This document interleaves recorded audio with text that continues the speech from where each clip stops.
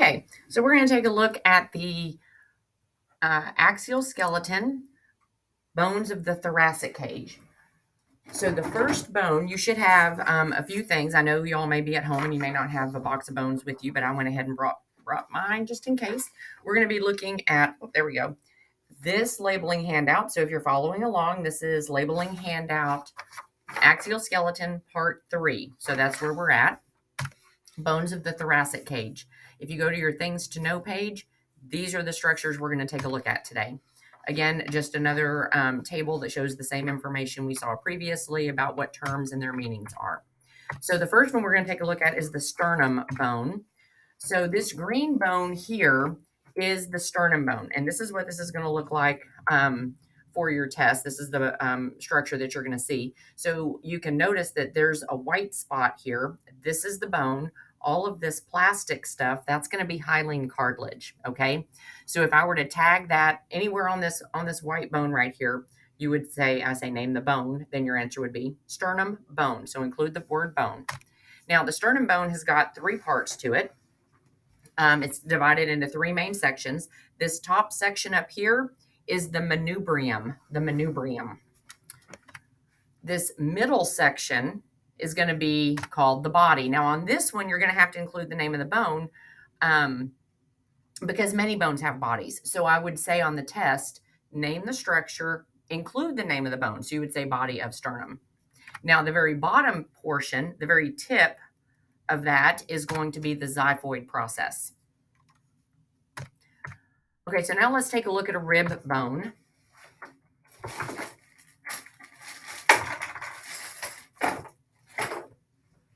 So this is the rib bone that we're going to take a look at. Oh, I got to find the camera. This is the rib bone here. And you can see that the ribs are divided into 3 main sections. You have the top 7, which are represented in red, then the next 3, which are in green, and then the bottom 2, which are in blue. So we'll talk about those sections here in just a minute. Now, your ribs are going to articulate with, in the back, the vertebra, and in the front, the sternum bone. So you're going to name these. This is how this is looking on the picture there. So you're going to name these based on what it's connecting to.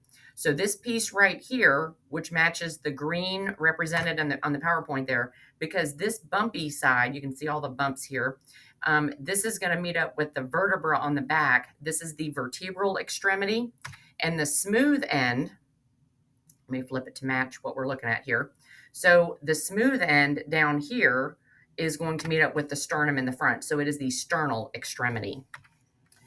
You can see here, as you're looking from the top down for the situation, you can see the smooth end, which is going to articulate with the sternum.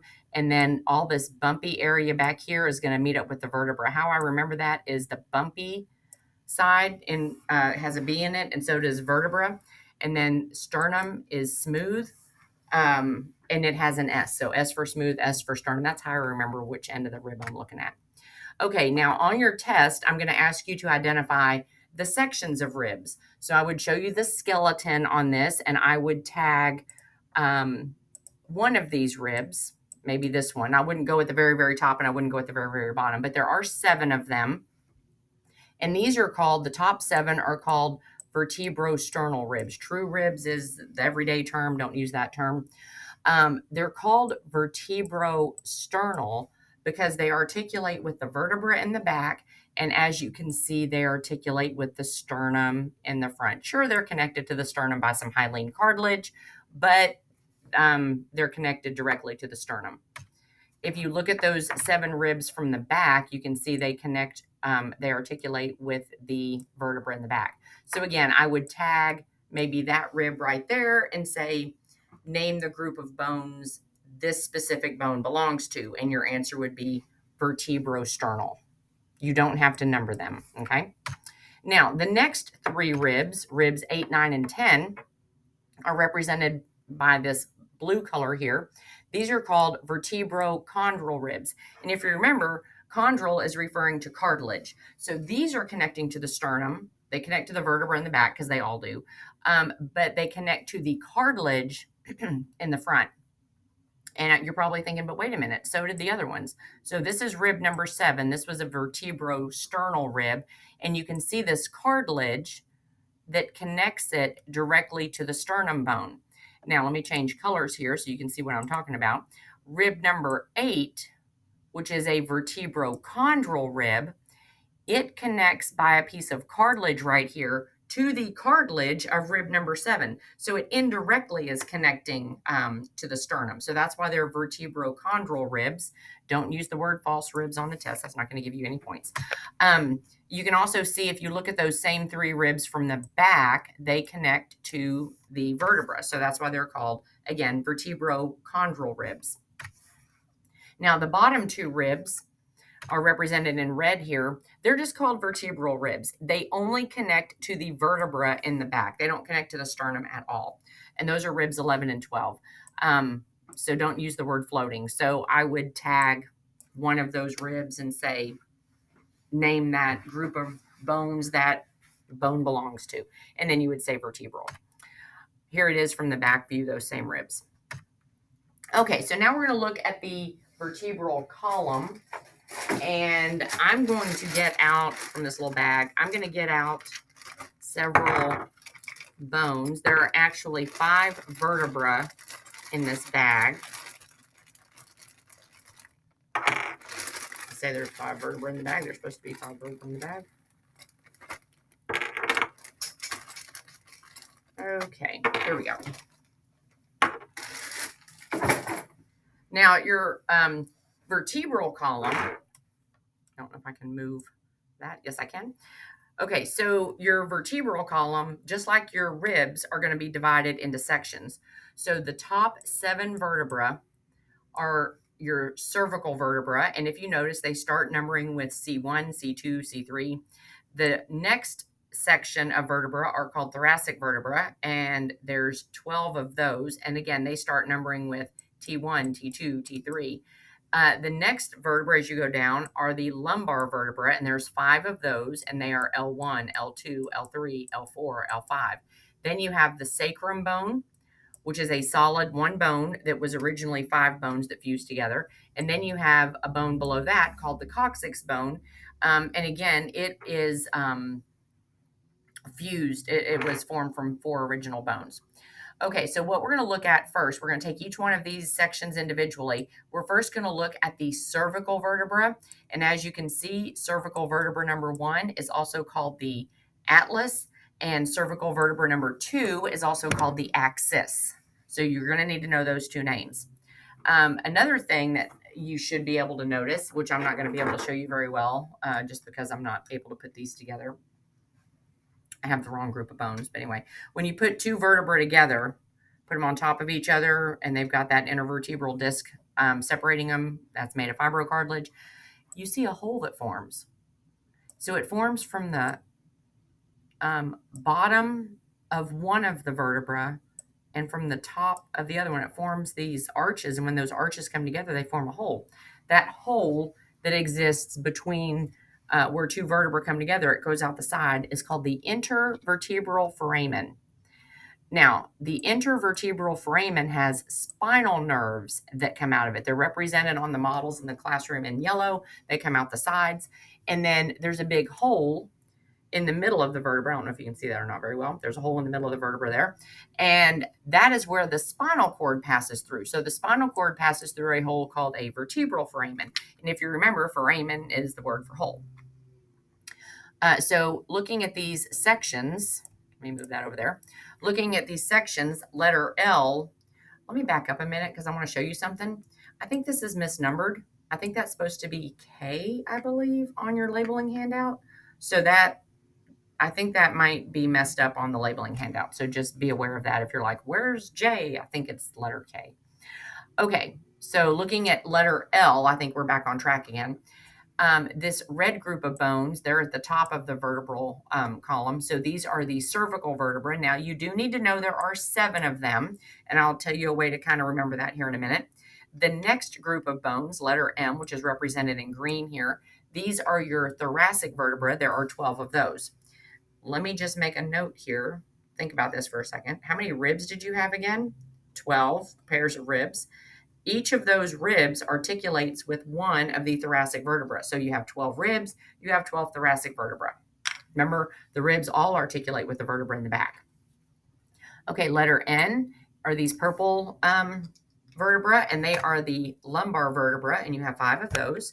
And then that yellow bone right there, which as an infant was not fused, but again, as you grow, it fuses. So it's you don't have to know that there's 5 bones there that fused. But remember, we said, hey, there were 300 bones in an infant and 206 in an adult. What happened? Well, they fused. This is an example of one of those places. This is the sacrum bone. That whole yellow bone right there, notice it curves inward because your eyeballs are going to be right up here. Okay, so this is where the person's, I can't draw an eyeball. But anyway, their eyes are here, so you're looking at them from this direction. So this is the smooth surface that's curved inward. And then the very bottom bone right here is also actually fused from 4 bones, and that's going to be your coccyx bone. Okay, so now we're going to take a look at the cervical vertebra. I don't know where to put that. Okay. We're going to look at the cervical vertebra and specifically looking at 2 of them, C1 and C2. Now, one way you can remember the numbers of the groups of bones, you eat breakfast at 7, you eat lunch at 12, you eat dinner at 5. So if you remember 7, 12, and 5, breakfast, lunch, and dinner, maybe that will help you remember how many are in each section. So this is why there's this little reminder here. Hey, breakfast is at 7, to remind you there are 7 cervical vertebrae. Okay, so this is not on your sheet anywhere. Okay, this is not on your sheet anywhere. Just to kind of give you an overview of a vertebra. The vertebra is made up of, all of them have what's called a body. This is the weight-bearing part of the bone. So as you're looking at somebody eyeball to eyeball, this is the part that you see. You see this part of the body of the vertebra, okay, when you're looking at them eyeball to eyeball. They also have an arch. This is a neural arch. And when you put that together with the bone beneath it, it forms that intervertebral foramen where the spinal nerves pass through. And then they also have these extensions of bone that come off the side. Those are transverse processes. Okay, so that's just your general structure of a vertebra. I don't care if you spell it with just an A on the end or with an AE on the end, one's singular, one's plural. Other than that, it's fine. Okay, so this next one,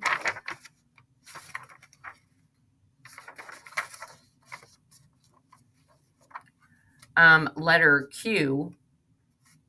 So letter S, we haven't gotten to that yet, but we're looking at the cervical vertebra now. What I want you to take a look at, again, if you're in the classroom and you're following along with me in the classroom, you'll see what I'm talking about. But there are 5 vertebrae in your bag in those black boxes. And those 5 vertebrae, 3 of them, oops, there we go. 3 of them have 3 holes in them. So I don't know if you can see these holes in these vertebrae, but this particular vertebra also has 3 holes. This one has 3 holes, and this one also has 3 holes. The other vertebra only have 1 hole. Okay, here's the other one. Pardon me, just dropping bones everywhere. This one only also has 1 hole. So I'm looking at 2 of the 3 that have 3 holes in them. You got the big hole in the center, and then you've got these 2 little holes that are kind of going off the sides. That's how you know it's a cervical vertebra. It's got 3 holes. 1, 2, 3. 1, 2, 3. Cervical vertebra. Okay. Now, this top cervical vertebra that we're looking at, this one is going to be this bone right here, and it's kind of squished right here. It kind of is egg-shaped, I guess, as opposed to this one. See, it's got this bony piece that comes off here on that end. So when you kind of look at them, you can see, well, that doesn't have the same, this has this extra piece up here. It's not just a nice little oblong shaped bone. So that's how you know that you're looking at this one. It's the only one that doesn't have this extension up here like all the other bones do. This is cervical vertebra number 1, C1, also known as the atlas. If you think about the Greek god Atlas, what was he doing? He was holding the world on his shoulders. Well, C1 holds the head. It articulates with the bottom of the head, specifically the occipital condyles, which are on either side of the foramen magnum. So you can't really see it very well, but there's two bumps right there. Hopefully you remember. And they articulate with cervical vertebra number 1. On your test, if I were to say name this specific bone, you should be able to either say C1 or Atlas. I would take either answer. Now let's look at cervical vertebra number 2. Cervical vertebra number 2 is this one right here. It looks a little bit different because it has this bony projection. I don't know if you can see that or not. Oh, that's kind of bright. This bony projection that comes off the top of the bone. The other one didn't have that. Here's the top of this one. There's no, again, sorry about that light there. Let me see if I can turn that off. So you can see this one here doesn't have a bony piece that comes off the top, whereas this one does. Right there it is. Okay, so that's how you know you're looking at the cervical vertebra number 2. Cervical vertebra number 2 is also called the axis because cervical vertebra number 1 rotates around cervical vertebra number 2, so it allows you to turn your head from side to side. Now, specifically on cervical vertebra number 2, what is that bony projection at the top called? It's the only one that has it. It is called the odontoid process or the dens. I would take either one, odontoid process or dens. This is just showing you how C1, which is this one right here, the atlas, articulates with C2, the axis. And then here you can see how the occipital condyles articulate with the atlas cervical vertebra number 1. You can see how that skull rests on that.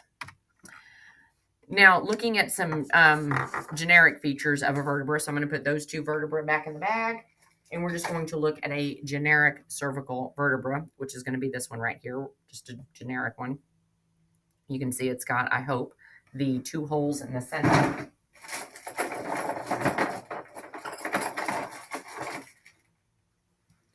So hopefully you can see there's a hole there, there's a hole there, and there's a hole there. Okay. Now, this structure here is the body of the cervical vertebra. Again, you know it's cervical vertebra because it's got 3 holes.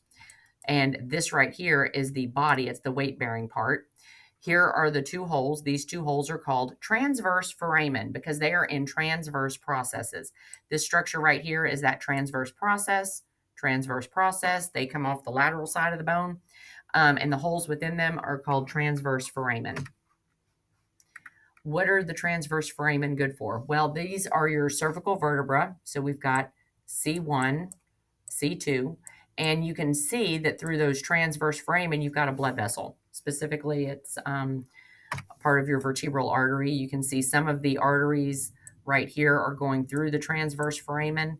Some of them don't. And that's okay, but that's what they're for, they blood vessel. So when you're looking at the model in lab, you can actually, it has red plastic that goes through them. So you know those represent the blood vessels. So that's, again, how you can look at the model in lab and tell that it's cervical vertebra. Now, these right here, notice I'm not pointing to the holes. I'm pointing to these structures that go laterally off the side of the bone that have the holes in them. So that's going to be the transverse process. So this is the transverse process. This is the transverse process. And within the transverse process, you have got those transverse foramen. Okay, the big hole in the center where the spinal cord is going to go, that's going to be the vertebral foramen. So right there, vertebral foramen. And where I'm holding it by, this projection right here that comes off the back. So it kind of sits that way. So that bony projection comes off the back. That's the spinous process. You can kind of feel it in the back of your neck. Now we're going to look at the thoracic vertebra. There are 12 thoracic vertebra. Again, remember you eat lunch at noon. The thoracic vertebra kind of looks like a giraffe. So letter A. Pardon me. Letter A is going to be thoracic vertebra. We are on the bottom of page 3. And here is the thoracic vertebra. You can see that spinous process comes really far down as opposed to the cervical, which goes straight out. Okay, you can see that right there. You can see that spinous process goes straight out. This one goes down. So it kind of looks like a giraffe. So looking at the parts of the thoracic vertebra, letter B is pointing to that spinous process. Letter C is pointing to those transverse processes. They are the lateral parts that come off the side of the bone. So when you're looking at the bone, here's again your spinous process here. So I'll put that right there. You can see on either side, here and here, you can see those appendages coming off. Those are the transverse processes. Notice there's no holes in them. The big hole in the center is the vertebral foramen, and here is the body of the thoracic vertebra. Now, an added component that we didn't look at on the cervical vertebra is this piece right here, which is an arch. That is the neural arch. Again, when you put that bone on top of another bone, it forms a circle called the intervertebral foramen. Okay, so now let's take a look at the lumbar vertebra.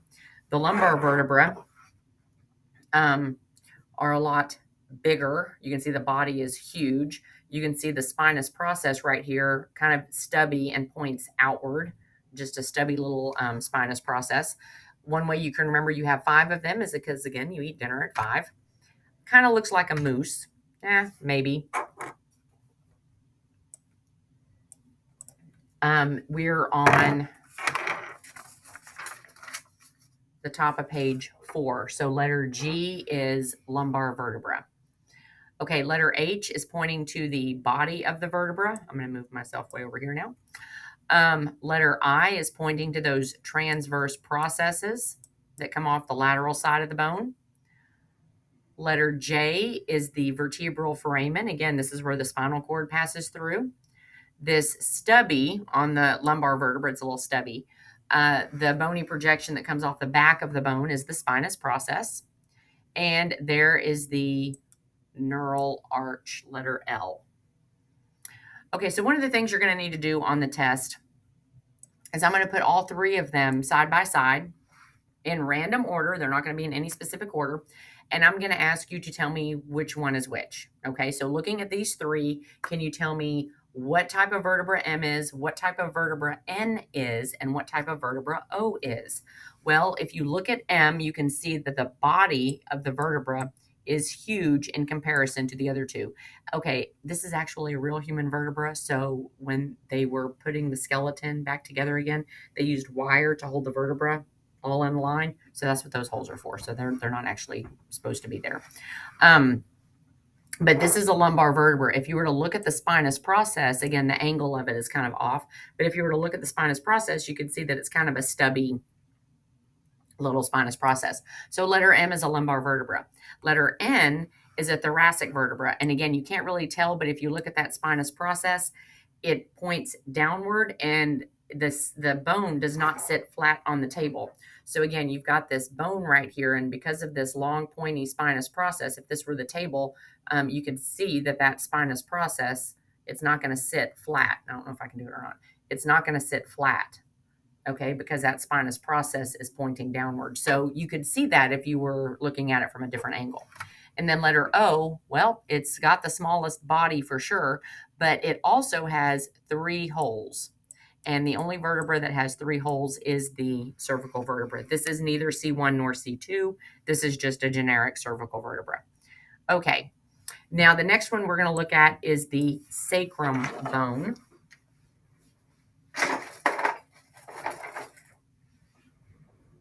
So we're going to look at the sacrum bone now. And the sacrum bone has 2 sides. It's got a front side, which is going to be kind of curved inward and very smooth. And it's got a back side, which is going to be very bumpy.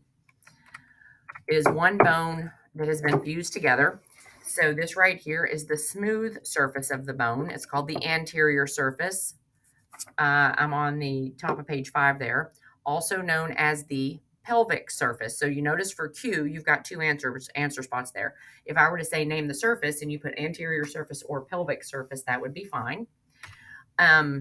This top piece right here, oops, let me get in the right spot there. This top protrusion right there is called the sacral promontory. Sacral promontory. I've given you some fake pictures too to maybe help you see better. These lines right here, they're kind of faint, and this is a real sacrum bone that I'm using in the image here. These lines that go across this way, those are called transverse lines. They are on the anterior surface of the bone. This is a fake bone, and because of the lighting, I'm not sure if you can see it, but there's a line right there. There's a line right there. There's a line right there. Those are transverse lines. I said earlier that this bone was fused from 5 bones. You can see the remnants of those vertebrae when they fuse together by those lines. Here it is on the fake picture. Okay, these holes that are on the front surface, remember the front surface of the bone is going to curve inward and it's going to be very smooth. This is the anterior surface or the pelvic surface. These holes that are on this surface are called anterior sacral foramen. So what happens is, we're going to see this in a minute, the spinal cord is kind of going to enter through this meatus right here. We'll talk about that in a second. And then it's going to go in and then it's going to go out all of these holes and then out this bottom piece. So it's basically kind of like a mix master. Spinal cord is going to go in and then just come out all these different holes. On the back surface of the bone, the posterior surface, remember we said it was going to be very bumpy. Okay. That's the posterior surface. This bumpy ridge right here is going to be called the medial sacral crest. These are the remnants. I don't know if you can see it very well. These are the remnants of the spinous processes of the vertebra, because remember we said they fuse together. This opening right here is the sacral canal. Again, this is where the spinal cord is going to pass through. So it's a canal that's visible from the posterior side of the bone. And then the exit for some of that is going to be down here at the bottom. And that structure right there, it's not a true opening on the fake bone. You can see it more, it looks more like an opening on the real bone. It's called the sacral hiatus. And then all of these holes on the back of the bone, again, you had holes on the front of the bone too, but the holes on the back of the bone are called the posterior sacral foramen.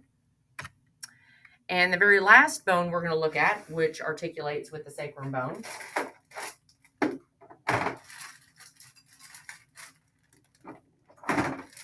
is the coccyx bone. Coccyx bone. And it's going to be very small. It looks like this. This is going to be the front. That's the back. You don't have to know front from back. But again, you can see how small, if I can show you, you can see how small it is. So if it's sitting on the table by itself or if it's on the model, you should be able to identify that as the coccyx bone. Okay, and that is it for, oops, wrong button, sorry. That is it for axial skeleton part 3.